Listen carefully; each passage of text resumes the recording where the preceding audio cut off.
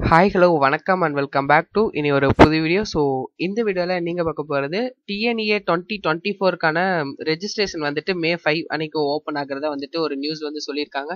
So எக்ஸ்டர்டே வந்துட்டு பார்த்தீங்க அப்படின்னா எல்லா நியூஸ் சேனல்ஸ்லையும் இந்த நியூஸ் வந்து பரவிட்டு இருக்கு.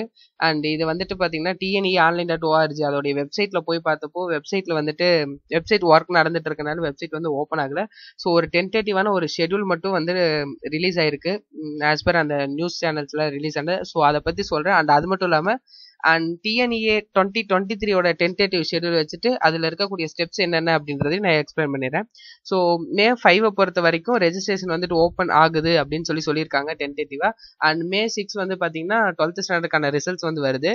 May 5ல இருந்து June 1st வீக் வரைக்கும் உங்களுக்கான அப்ளிகேஷன் ரெஜிஸ்ட்ரேஷன் ப்ராசஸ் எல்லாமே வந்துட்டு உங்களுக்கு அந்த டைமுக்குள்ள வந்து நீங்க இது பண்ணிக்கலாம். 1 மந்த் உங்களுக்கு வந்து டைம் இருக்கும். அண்ட் June 2nd வீக்ல வந்து June 2nd வீக் அல்லது 3rd வீக்ல வந்துட்டு உங்களுக்கு ரேங்க் லிஸ்ட் வந்துட்டு வரும். அண்ட் August 1st வீக்ல வந்துட்டு உங்களுக்கு கவுன்சிலிங்ஸ்ங்களா. ஸோ டைரக்டர் ஆஃப் டெக்னிக்கல் எஜுகேஷன்ல இருந்து இது வரைக்கும் அஃபிஷியலா எந்த ஒரு நியூஸும் வரல. பட் நியூஸ் சேனல்ஸ்ல இதை பத்தி சொல்லியிருக்காங்க. அண்ட் டிஎன்இஏ 2023 டென்டேட்டிவ் ஷெட்யூல்ல நோட்டிபிகேஷன் வந்துட்டு ப்ரீவியஸ் இயர்ல வந்துட்டு May 5 2023 அன்னைக்கு வந்துட்டு வந்திருக்கு. And last date for registration உங்களோட அப்ளிகேஷன்ஸ் வந்து ரெஜிஸ்டர் பண்றதுக்கு 4/6 வந்துட்டு கொடுத்துருக்காங்க. June 4 வந்து கொடுத்துருந்தாங்க.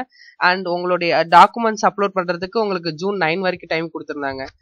அண்ட் உங்களுக்கு அசைன்மெண்ட் ரேண்டம் நம்பர் வந்துட்டு பாத்தீங்க அப்படின்னா உங்களுக்கு ரெஜிஸ்ட்ரேஷன் முடிச்சு அந்த ஒரு 2 டேஸ்ல வந்துட்டு உங்களுக்கு ரேண்டம் நம்பர் வந்து வந்துடும். ஸோ அந்த ரேண்டம் நம்பர் வந்துட்டு எதுக்காக அப்படின்னா உங்களுடைய அப்ளிகேஷன் வந்துட்டு அந்த போர்ட்டல் வந்து ரெஜிஸ்டர் ஆகிடுச்சு, அதாவது உங்களுக்கு வந்து நீங்களும் வந்து கவுன்சிலிங் வந்து அப்ளை பண்ணியிருக்கீங்க அப்படின்ற நீங்களும் வந்து ஒரு அப்ளிகண்ட் அப்படின்றதுக்கான ஒரு ப்ரூஃப் வந்துட்டு பாத்தீங்க அப்படின்னா அந்த ரேண்டம் நம்பர் வந்து ரிலீஸ் ஆகும். அண்ட் அதுக்கப்புறம் 5/6ல இருந்து 26 வரைக்கும் வந்துட்டு பாத்தீங்க அப்படின்னா சர்டிபிகேட்ஸ் வந்து வெரிஃபை பண்ணும். ஸோ உங்களுக்கு வந்து நீங்க வந்து ஒரு கிட்டத்தட்ட 11 டாக்குமெண்ட்ஸ் வந்துட்டு நீங்க வந்து சர்டிபிகேட்ஸ் வந்து அப்லோட் பண்ணுவீங்க. நீங்க ரெஜிஸ்டர் பண்ணதுக்கு அப்புறமேட்டு அப்லோட் சர்டிபிகேட்ஸ் வந்து கொடுத்து அப்லோட் பண்ணுவீங்க. ஸோ அந்த சர்டிபிகேட்ஸ் எல்லாத்தையும் வெரிஃபை பண்றதுக்கு டிஎஃப்சி சென்டர்ல வந்துட்டு வெரிஃபை பண்ணுவாங்க. ஸோ ஆன்லைன் மோட்ல தான் வெரிஃபை பண்ணுவாங்க. ஒரு சிலருக்கு வந்துட்டு பாத்தீங்க அப்படின்னா அதுல ஏதாவது இருக்கு சம்திங் ஏதாவது மிஸ்டேக் இருக்கு அப்படின்னா நேர்ல வந்துட்டு வர சொல்லி உங்களுக்கு வந்து சொல்லுவாங்க. நீங்க அதுல கொடுத்துருக்கக்கூடிய மொபைல் நம்பருக்கு உங்களுக்கு வந்து கான்டாக்ட் பண்ணுவாங்க. நீங்க வந்து டைரக்டா டிஎஃப்சி போறதா இருக்கும். டிஎஃப்சி அப்படின்றது நியர்பைல இருக்கக்கூடிய கவர்மெண்ட் காலேஜ், அதாவது உங்களுக்கு வந்துட்டு இந்த கவுன்சிலிங் வந்துட்டு ஹெல்ப் பண்ணக்கூடிய ஒரு ஹெல்ப் சென்டர் அப்படின்னு சொல்லலாம் டிஎஃப்சி.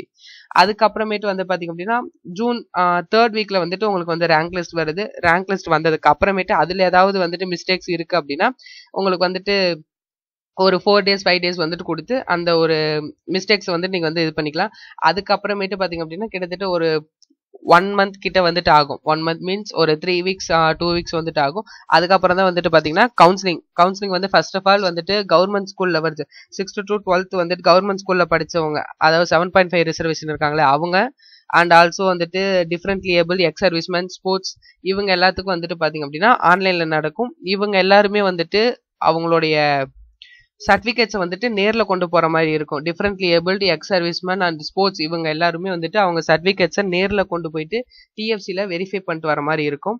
அண்ட் கவுன்சிலிங் ஃபார் ஜென்ரல்ல வந்துட்டு ஸ்பெஷல் ரிசர்வேஷன்ல வராங்க இல்லையா அவங்க, அதாவது ஸ்பெஷல் ரிசர்வேஷன் மீன்ஸ் அதுல வந்து 2 இருக்காங்க. கவர்மெண்ட் 7.5 ஸ்பெஷல் ரிசர்வேஷன் ஒன்று இருக்கா.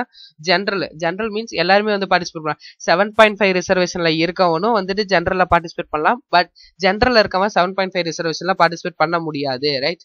ஸோ இதுலயுமே வந்து ஜென்ரல் ஸ்பெஷல் ரிசர்வேஷன்லயுமே differently abled, ex serviceman and sports 3 பேருமே இருக்கான்.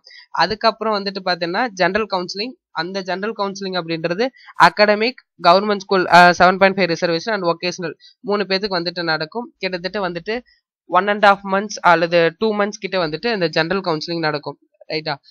ரிமைனிங் இருக்கக்கூடிய கவுன்சிலிங் ஸ்பெஷல் ரிசர்வேஷன் கவுன்சிலிங் வந்துட்டு உங்களுக்கு வித்தின் ஒரு 3 days ஆர் 4 daysக்குள்ள வந்துட்டு அந்த கவுன்சிலிங் முடிஞ்சிடும். அதுக்கப்புறமேட்டு எஸ்எஸ் கவுன்சிலிங், சப்ளிமெண்டரி கவுன்சிலிங் வந்துட்டு இவங்க எல்லாரும் முடிஞ்சதுக்கு அப்புறமேட்டு அகாடமிக், ஜென்ரல் கவுன்சிலிங் முடிஞ்சதுக்கு அப்புறமேட்டு சப்ளிமெண்டரி கவுன்சிலிங் வந்துட்டு ஒரு 2-3 daysல வந்து முடிச்சிடும். அதுக்கப்புறம் இவங்க சப்ளிமெண்டரி கவுன்சிலிங் முடிஞ்சதுக்கு அப்புறம் எஸ்சி, எஸ்சிஏ, எஸ்டி இவங்களுக்கான அந்த கம்யூனிட்டி பீப்புள்ஸ்க்கான கவுன்சிலிங் வந்துட்டு லாஸ்ட் ஒரு 2 days அண்ட் அதோட முடிஞ்சிச்சு. அது வந்துட்டு பாத்தீங்கன்னா end of the counselling. So இதுல வந்துட்டு உங்களுக்கு இருக்கக்கூடிய ப்ரொசீஜர் இஷ்யூ ஆஃப் நோட்டிபிகேஷன் நான் சொல்லிட்டேன். அண்ட் எப்போ ரெஜிஸ்ட்ரேஷன் அப்ளை ஆகுதோ அதுக்கான டெமோ வீடியோஸ் வந்துட்டு TNE online.org அந்த ஒரு வெப்சைட்டோட லிங்க் நான் கீழே கொடுத்து வச்சிருக்கேன். அந்த வெப்சைட் வந்து இப்போ நாட் ஓப்பன்ல இருக்கு. ஸோ வெப்சைட் ஒர்க் பண்ணிட்டு இருக்காங்க. அதனால வந்துட்டு வெப்சைட் ஓப்பன் ஆகல. ஸோ ஓப்பன் ஆச்சு அப்படின்னா நீங்க அதை கிளிக் பண்ணி உள்ள போயிட்டு ப்ரீவியஸ் இயருக்கான அந்த சீட் மேட்ரிக்ஸ் எல்லாமே வந்து பார்த்துக்கலாம். உங்களுக்கு என்னென்ன டாக்குமெண்ட்ஸ் தேவை, அப்லோட் பண்ணக்கூடிய டாக்குமெண்ட்ஸ் ஒரு 11 டாக்குமெண்ட்ஸ் தேவைப்படுது. அது என்னென்ன அப்படின்றத நான் அடுத்து வரக்கூடிய வீடியோல பேசிக்கிறேன். ஸோ வீடியோவில் தான் வீடியோ பார்த்ததுக்கு நன்றி. வீடியோ பிடிச்சிருந்தா like, share and subscribe. So all the best for your better future. Thank you.